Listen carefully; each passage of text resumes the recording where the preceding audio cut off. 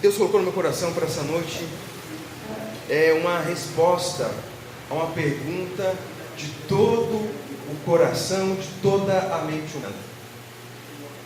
Porque é muito comum nós falarmos sobre Deus quando nós estamos no Brasil, um país praticamente 90% de evangélicos. Então a gente ouve expressões muito comuns, é muito normal qualquer pessoa falar: meu Deus, Deus te abençoe, Deus te acompanhe, ai meu Deus do céu. Então Deus já está na boca de todo mundo, independente da crença que a pessoa tem, independente da linha que ela segue. Parece que Deus é íntimo e próximo de todos. Porém, queridos, essa experiência apenas exterior de Deus não é aquilo que nós conhecemos através da Bíblia Sagrada. Porque nós vivemos num país e vivemos uma realidade, Deus é muito falado, mas Deus é pouco experimentado, Deus é pouco conhecido. Deus parece que é aquele nosso distante, que a gente não vê há anos, que a gente sabe que Ele existe, Ele sabe a pessoa, faz parte da família, mas pela ausência de contato, pelo distanciamento aparente, é alguém que a gente conhece, mas está lá. Mas quando eu olho para a Bíblia, meu irmão, e você vai me acompanhar, que eu vou discorrer rapidamente aqui, nós vemos que, em oposição ao que é o pensamento do senso comum e é fora, a Bíblia nos mostra que, na verdade, todos temos esse desejo de saber quem Deus é, ou melhor, a pergunta que eu intitulei para nós essa noite: onde Deus está? Você já parou a pensar? Onde Deus está naquele momento que mais preciso parecia ser que Ele estivesse mais próximo? Onde Deus está no momento da calamidade? Onde Deus está no momento que tudo está bem, belo e formoso? Na nossa vida, onde está Deus, meus queridos, nos nossos dias, semanas, meses e anos? E é uma pergunta que assola todos os corações. E o sábio escreveu lá em Eclesiastes que Deus colocou no coração do homem. E coração, meu irmão, não é esse músculo que pulsa sangue aqui. Aqui é uma simbologia, uma analogia aqui do hebraísmo antigo. Aqui está falando dos sentimentos.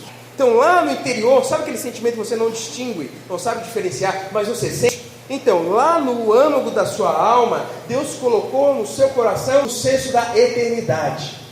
Sabia disso? É por isso que os homens e mulheres do mundo, eles loucamente procuram novidades. Quer ganhar dinheiro, meu querido? Inventa alguma coisa. Porque qualquer pessoa é facilmente seduzida à novidade.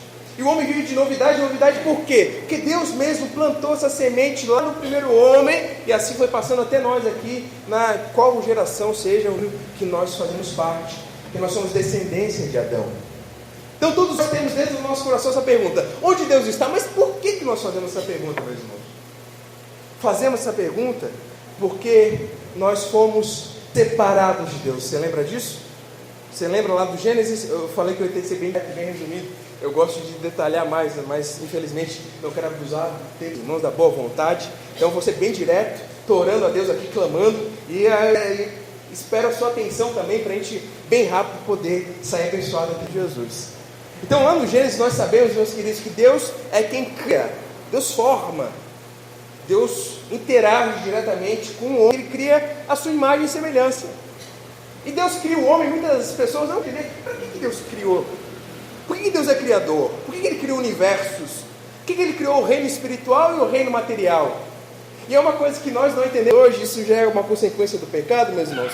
Mas aquele que é amor, ele não consegue manter as coisas só para si.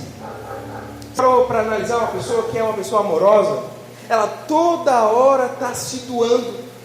Ela é capaz de viver egoisticamente, centrada em si mesma.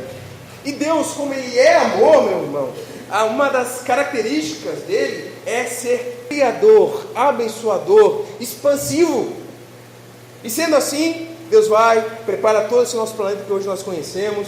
Hoje ele já é belo, imagina antes da queda, sem o pecado, sem as consequências do pecado. Lá estava o planeta perfeito, e mais, dentro desse planeta perfeito, Deus prepara um jardim. No jardim coloca o homem e a mulher. E ali, meus queridos, naquela ação, Deus, o homem via Deus face a face. Meu Deus do céu, face a face. Ao ponto que Deus chama para Adão. Já pensou ouvir a voz de Deus? Eu não sei como que ele aparecia para Deus, irmãos. Eu não sei se era um antropomorfismo ali, alguma coisa, se ele tomava uma quase humana, ou se ele vinha em forma de... Eu não sei, a Bíblia não diz também. Mas ele apareceu para Adão, Adão via ele e falava com ele. Só que um dia, essa relação próxima, direta, essa ligação inquestionável, foi questionada. Porque uma das características, meus irmãos, de Deus e dessa relação, quando ele planta o homem no jardim, ele planta por ele ser amor, ser abençoador, ele faz a imagem e semelhança. Quando a Bíblia fala imagem e semelhança, porque o homem é um ser da qual Deus pode se comunicar, queridos.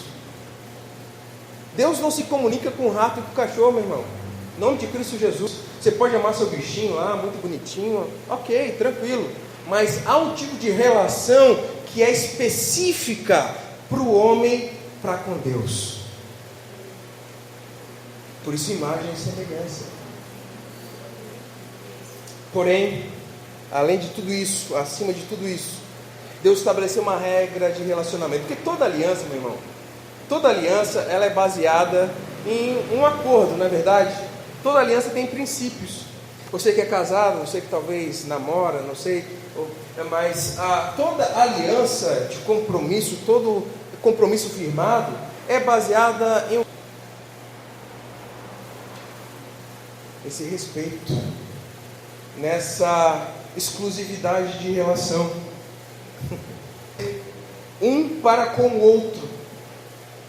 E assim também era Deus com o homem. O relacionamento era baseado nesse respeito, nessa obediência, por que não? Então por isso que lá nesse jardim, tudo perfeito, tudo belo, tudo formoso, lá mesmo nesse jardim estava algumas árvores, e dentre elas estava uma árvore que a Bíblia chama de árvore do conhecimento do bem e do mal. E lá, meus queridos, não é simplesmente uma maçã, como eles ilustram desde a época medieval. A gente não sabe que fruta era, não dá para saber, a Bíblia não fala, não existe nenhum tipo de revelação sobre isso. Mas independente da fruta, não é o que a fruta era, mas o que ela representava, meu irmão. Quando Eva ela é seduzida pela proposta de Satanás, ela é seduzida pela proposta de independência. Olha só que interessante, querido. Deus nos fez, Deus nos criou, Deus nos fez para ter essa relação próxima com Ele. E é claro, Ele nos criou, Ele nos formou, e Ele sabe exatamente aquilo que nós somos formados e aquilo que nós precisamos. Mas nós, queridos, entendem, em nome de Jesus, mas nós, não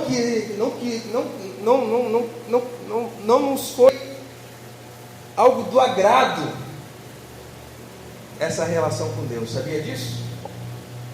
Porque quando Eva ouviu, olha só, se você comer, você será como Deus, e como Deus você poderá definir o certo e o errado.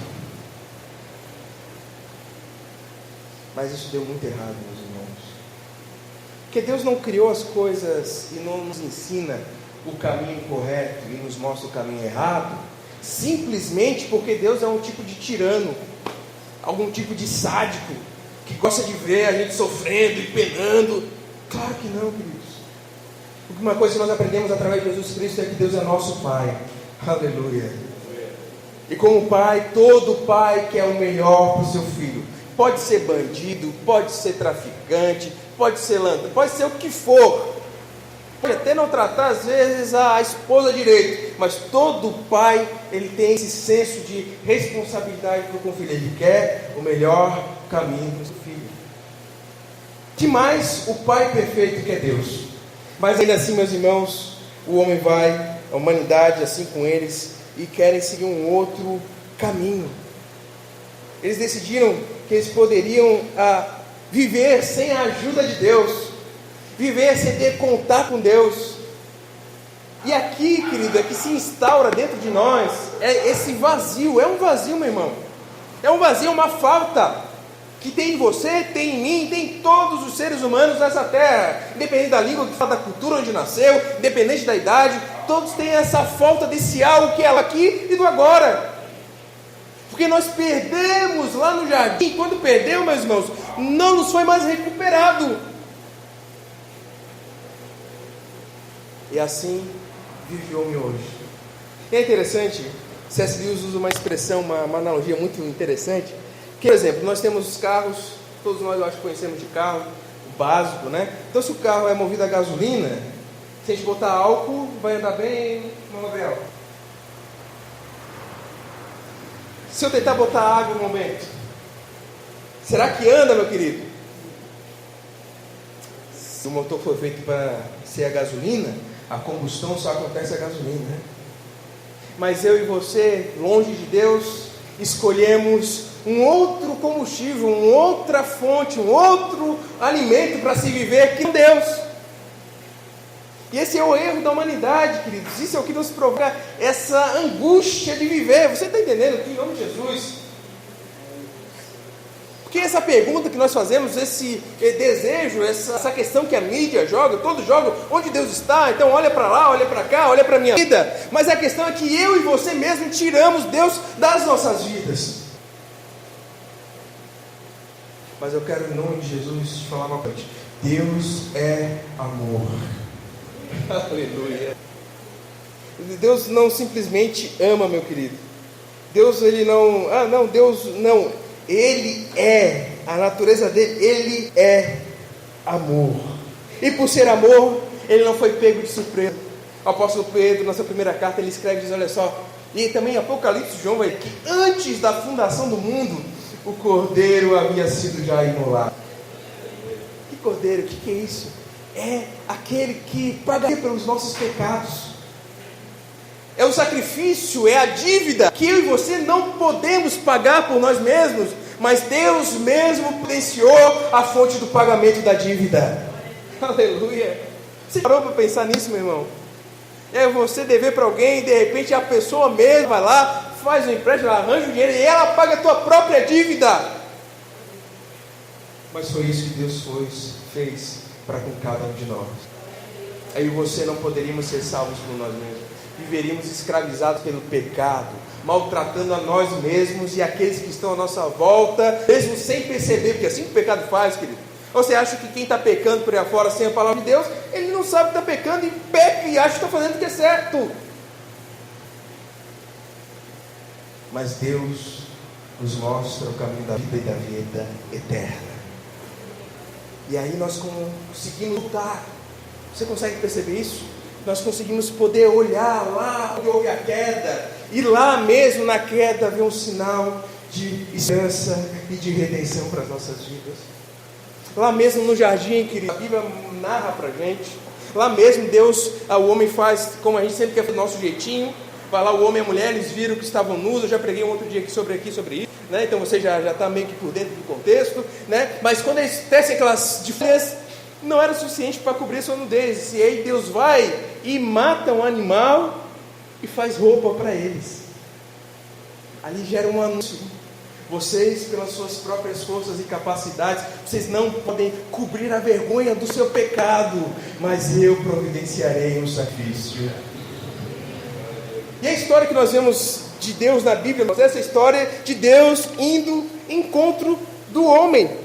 É querendo resgatar aquela relação que ele outrora teve com o homem e com toda a humanidade. Então quando você olha para a Bíblia, e eu olho para a Bíblia, a gente vê essa história de pessoas pensando em Deus, querendo buscar Deus, e também nós vemos Deus indo em busca, indo em direção das pessoas. Isso é interessante, é que nós vemos lá em Atos 17, quando Paulo chega a Atenas, na Europa, ele vê que o próprio pessoal, os próprios poetas de Atenas, eles tinham essa percepção, meus irmãos.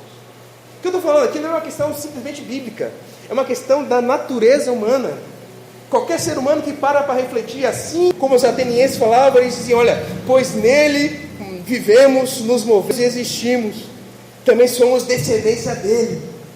Eles entendiam, olha só, nós viemos de algo sobrecomum, muito mais poderoso, muito maior do que nós, porém, ainda assim, eles conheciam somente de ouvir falar. Mas por que eu li Êxodo 40 com você hoje aqui?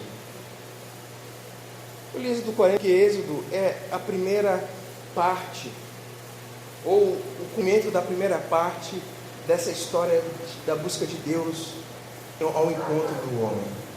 Porque desde o princípio foi assim mesmo. O homem de Deus, e é Deus que vai em busca do homem. O homem peca, o homem se afasta de Deus, e Deus vai em busca do homem.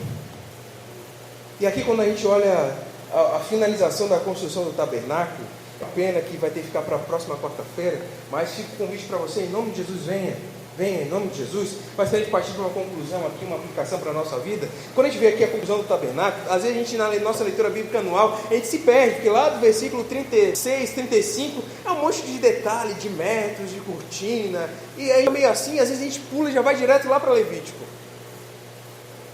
Mas Êxodo 40 e 34, meus irmãos, é extraordinário que nos é errado. Porque aqui nós vemos que um dos primeiros passos de Deus do homem foi novamente colocar a sua presença no meio do povo. Que a partir do momento que é o pecado que nos dá separação, eu vou ter que repetir mais uma vez para você, Romanos, porque todos os pecados estão separados, excluídos da glória de Deus. Não há quem faça o bem, ninguém que procure a Deus, não há. Mas Deus mesmo é que vai em busca do homem. Aleluia. Ele vem para nos salvar, queridos. Quando nós estamos fracos, quando nós estamos confusos, quando estamos revoltados, Ele vem ao nosso encontro. Na narrativa bíblica, vou deixar os outros pontos para depois, mas a gente tem um geral aqui. Primeiro nós começamos vendo Deus indo ao encontro do homem, querendo colocar sua presença no meio do povo. É muito interessante, isso acontece aqui exatamente em Êxodo. Depois nós vemos que depois do tabernáculo aqui, nós vemos que Deus, Ele, por opção humana, Davi que construiu um templo, e assim é construído o primeiro templo para cultuar Deus. Não existia templo, meu irmão. Templo não é ideia de Deus, templo é ideia de homem. Porque templo é lugar fixo, parado. Mas nosso Deus, Ele não é parado, não é estático. Nosso Deus é vivo, nosso Deus se move, nosso Deus age, interage, intervém. Aleluia. Mas houve essa confusão na história. Davi quis, porque ele viu todo mundo com casa, e ele pensou, poxa, todo mundo com casa, eu sou rei, e Deus não vai, ele vai lá e constrói, mas não é nem ele que constrói, é o filho dele. Mas não era o projeto de Deus, mas Deus permitiu. Mas tudo isso serve para a gente de figura, de análise, de comparação. Tanto que quando vem Jesus Cristo mais à frente, nós vemos que Ele se mostra, Ele se revela como que Ele passa ali, todo mundo está elogiando o templo, Ele fala, olha, eu derrubo em 3 dias, reconstruo ele, olha, deixa novinho. Demorou mais de 40 anos para reconstruir o templo que havia sido derrubado, mas Ele estava falando do seu corpo. Você está entendendo, meu irmão? Onde está Deus? Deus estava longe mesmo. Como o profeta fala, o que faz separação entre Deus são os nossos pecados, a nossa iniquidade, a nossa maldade. Mas graças ao nosso Senhor e Salvador, Ele veio ao nosso encontro. E então, primeiro com o tabernáculo, Ele se colocou no meio do povo. Depois veio o templo, e ali nós vimos que Deus estava lá. Tanto que a oração do judeu é direcionada para o templo. Mas depois vem Jesus e mostra que não há templo, porque Deus não habita em templos construídos por mãos humanas. Aleluia. Onde que Deus habita hoje exatamente, Rodrigo? Deus habita exatamente hoje. Claro que você entende que Deus é fora da nossa mente, então Ele é presente. Ele está aqui, Ele está lá no trono sentado. Como explica? Não consigo, mas é assim que Ele está em todos os lugares. Mas hoje Ele se manifesta aonde? No meio daqueles que creem em Jesus Cristo pela fé. Nome disso, Rodrigo? Igreja. Mas há um dia que o que a gente lê aqui em Êxodo, nós veremos não mais por nuvem, não, que o último estágio que nós ansiamos ou devemos ansiar pelo Espírito Santo, o último estágio da vida é voltar ao princípio e poder ver Deus face a face.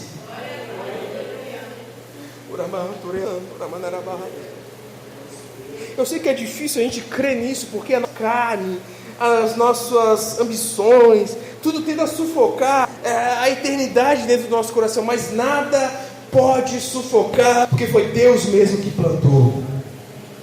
Por isso que crente não presta para a vida, meu irmão. Você que ouviu a palavra, você que creu, você não presta para nada, você só presta para ser filho de Deus. Que onde você estiver, meu irmão, experimenta sair. Experimenta. Você consegue, você nunca se encaixa em lugar nenhum, porque você já está selado com o Espírito Santo. Aleluia! Onde Deus está, querido? Deus está aqui entre nós. No momento da dor, Deus está entre nós. Quando a gente não consegue entender a doença, a calamidade, quando os nossos planos se frustram, quando as coisas fogem daquele controle que nós que a gente cisma em querer ter controle, na verdade, é o pecado que é operando em nós, mas nós entregamos tudo diante do Senhor, toda a ansiedade, e a paz do Espírito reinará sobre os nossos corações. É o que nós lemos aqui em Êxodo. Para onde é que eu li e não falei o que eu li? A gente vê que a presença do Senhor se manifestava através dessa nuvem. Então, quando a nuvem estava lá em cima, meus irmãos, parada, eles não se moviam. Aí quando de repente a nuvem, no momento ia se movendo, eles armavam o campamento e iam em direção onde a nuvem se movia. Rodrigo, o que isso quer dizer, meu irmão? Isso é uma analogia para criança entender, dá para usar na escola bíblica infantil, é básico. A presença de Deus sobre as nossas vidas é o que nos direciona, meus irmãos. É o que nos mostra o caminho de vida, é o que nos mostra o caminho de paz. E nós entramos nessas encruzilhadas que nós entramos, nessas burradas, bem no português, porque nós não estamos atentando para a direção da presença de Deus. Mas não é somente isso. Durante a noite, fogo da nuvem aparecia, meu irmão. O que isso quer dizer, Rodrigo? A noite aqui, meu irmão, é o dia mau. É o vale da sombra e da morte. Você lembra? Então é algo que estava impregnado no coração do hebreu, mas muitas das vezes no nosso não está. Porque no dia da noite, no dia mau, no dia da adversidade, você olhando para o céu, você vai conseguir ver a luz da presença do Senhor na sua vida. Você jamais vai estar sozinho, querido. Crê em nome de Cristo Jesus. Você pode tentar vários caminhos, mas o caminho que traz paz é somente esse. Porque ele disse que somente lhe dá paz que o mundo não dá. Aleluia. É uma paz que excede todo o entendimento. E sabe o que mais acontece? Que eu falei que Deus não está distante, Deus está próximo. Quando o nosso coração quer fraquejar. Você lembra do salmista dizendo que ele ficou vendo a prosperidade do ímpio? Ele ficou confuso, ele disse, meu Deus, eu faço tudo certinho e todo mundo prospera e eu não vou para frente. E aí ele confessou, está na Bíblia isso, o salmista ele diz, olha, os meus pés quase escorregaram, quase me desviei, quase me perdi. Mas então eu entrei no templo do Senhor. O que aconteceu quando ele teve a experiência com Deus? Ele entendeu qual era o fim dos ímpios. E o coração dele pôde ter paz novamente. Paz novamente. É o que acontecia aqui. Quando a nuvem estava lá, o coração do israelita queria fraquejar. E olha que eles eram, assim como a gente, murmurador, reclamavam de tudo, nunca estavam satisfeitos. Você já leu Gênesis e Êxodo? Leia de novo. Parece nós, na verdade, sempre reclamando, nunca satisfeito, sempre está faltando alguma coisa. Mas ainda assim Deus era misericordioso. E quando eles queriam desanimar, aquela nuvem da presença, ela vinha no tabernáculo, e ali Deus falava com o povo. Aleluia. Você não precisa mais procurar onde Deus está, porque Deus está em nós. Você crê nisso? Que somos um ajuntamento da família de Deus aqui na terra. A gente se reúne aqui em cultos, a gente cria isso porque é um instrumento que a gente tem que é de Deus, para aperfeiçoamento de nós todos. Mas essa presença, ela segue você até a sua casa. Porque não está preso essa sala alugada aqui, querido. Não é esse microfone, não é púlpito, não é uma identidade visual. O que faz é você crer que Jesus Cristo é Senhor e Salvador da sua vida. Quero orar com você. Vamos ficar de pé? Que elas passam. Eu falei que ia ser prudente e quero cumprir com a palavra.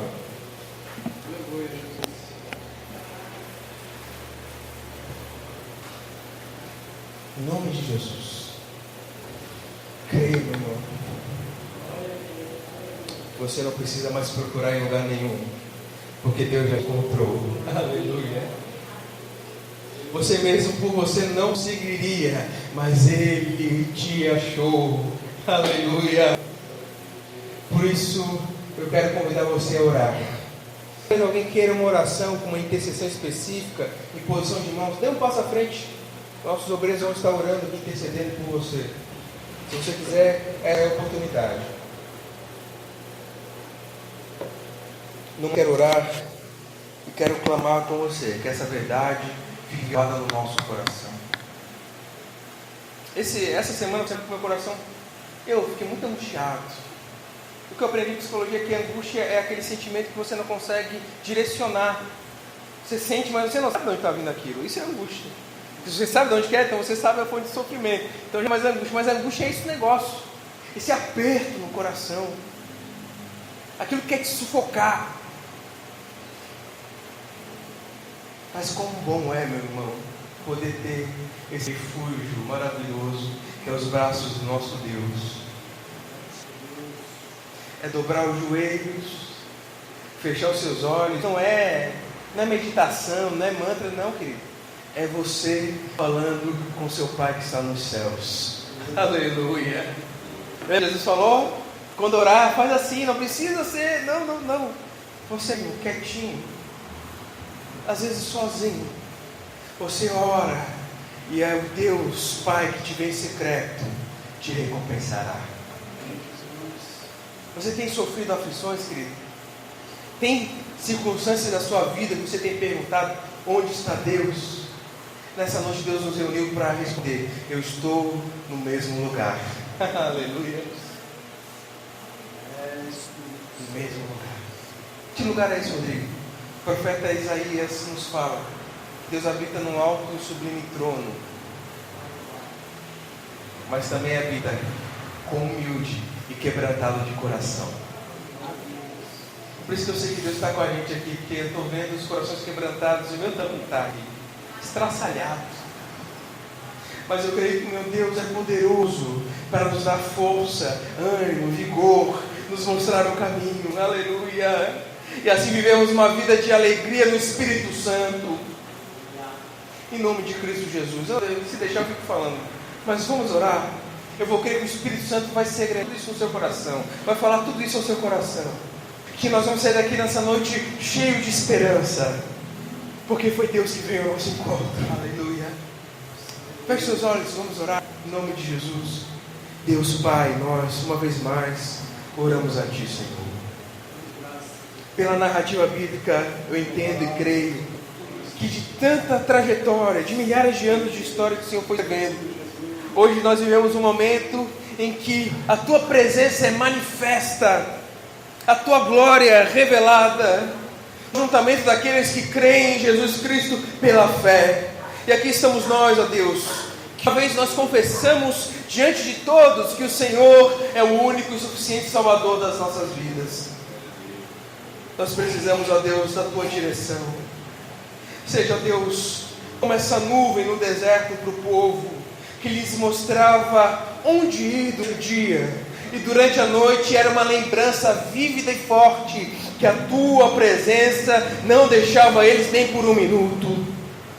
No nome de Jesus eu quero pedir também, Senhor, que talvez os corações que estão frios já, os corações que já se decepcionaram tanto, que parecem que não conseguem mais ver o Senhor nas suas vidas, quero pedir no nome de Jesus, que a Tua presença chegue até essa pessoa, Deus, assim como a Tua presença chegava no arraial dos israelitas, que a Tua presença chegue até a sua casa, até onde essa necessidade, e assim, Deus, Tu possa restaurar a esperança, o Senhor possa trazer paz, alegria, possa trazer novamente vigor para viver, e no nome de Jesus, arranca, Deus, todo mal, nos ajuda, Senhor, nas nossas fraquezas, tira a angústia do coração, restaura a força, renova, derrama do Teu Espírito, ó Deus, traz esse rejuvenescer que a Tua presença traz sobre a Tua igreja, para que possamos, ó Deus, proclamar com fé que o Senhor é sim presente, vivo e ativo nas nossas vidas,